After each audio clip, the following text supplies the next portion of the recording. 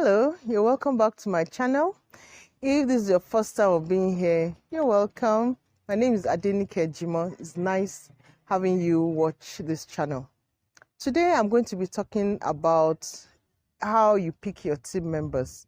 Many times you are picked to be a leader or a team leader, a group leader, head of a department, an institution, whatever it is. You're actually picked from a group of people. But in some situations, you actually have the liberty to pick your team members. So that's really what we're going to be talking about today. How do you pick your team members? I'm just going to give you a few tips that I know will really help you to pick very good team members so you can achieve your goal. So the first thing I want to tell you is that pick your team members based on merit and not sentiments.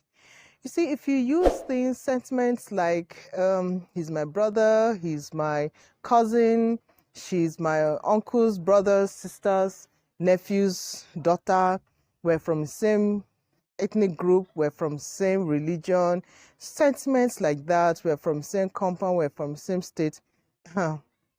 Believe you me, at the end of the day, you find out that you will need more than a relationship to actually get your work done. Pick based on merit. What skills, what knowledge, what qualifications does that person have? And does the qualification fit, what you are trying to achieve in your team? That should be the way. You see, when you put sentiment over merit, you're actually heading for destruction. But when you put merit over sentiment, even if sometimes you don't get along based on maybe like not understanding each other's background or something, at the end of the day, because you're focused on merit, you're definitely going to get the best out of the whole situation. The second thing that you need to use to pick your team members is if they understand why they are being picked.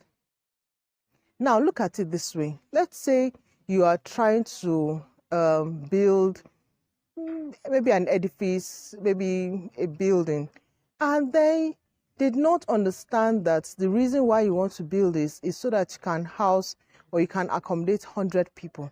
As far as they are concerned, let's say the people that you want to pick, maybe some of them are more concerned about, well, if we are going to build this thing, we should just build it so that it will last just a week or a month or a year.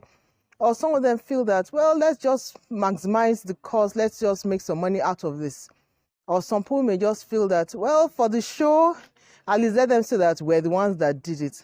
Now, these are people with different intentions. If they do not understand that the reason you are building this edifice is to accommodate 100 people, probably people that will be there maybe every week, whatever your purpose is. I mean, I'm just using this as an example. You see, the way that they will attend to the project will be different. It will be too varied, and definitely you will not achieve your goal. So you need to help them to understand if you feel that they are qualified but they do not have the right mindset. If you can do away with them and look for people that will, understand why they are being picked, then fine. But if for some reason you need to work with them, then what you need to do, you need to train them, you need to educate them on, getting their minds focused on the same place that you are focusing on. It's like the common picture that we normally see of two people looking at the number 6 from different directions. While some may see a 6, the other person may see a 9. Okay? So what you need to do is that you need to all be seeing the same object from the same side. So you need to help your team members to be on the same page, to be on the same side of the number, so you can all see the 6 or you can all see the 9, depending on what it is that you want them to see. Now, another way how you can actually pick your team members is to pick people that you know that they'll be there for you and you'll be there for them. You see, many times leaders think that it's all about them and they should actually pick people that will be there for them. But believe you me, if you have team members that you cannot be there for them, the relationship will not just, it won't just, it's not blend. There will be no blend. Because it will be a matter of time before your members start seeing you as a selfish, self-centered, narcissistic leader. In fact, by that time, you move from being a leader to being a boss. Sometimes you just want to be a leader, and a good one for that matter, all right, than just bossing people around. So pick people that you know that they'll be there for you, and you will also be there for them.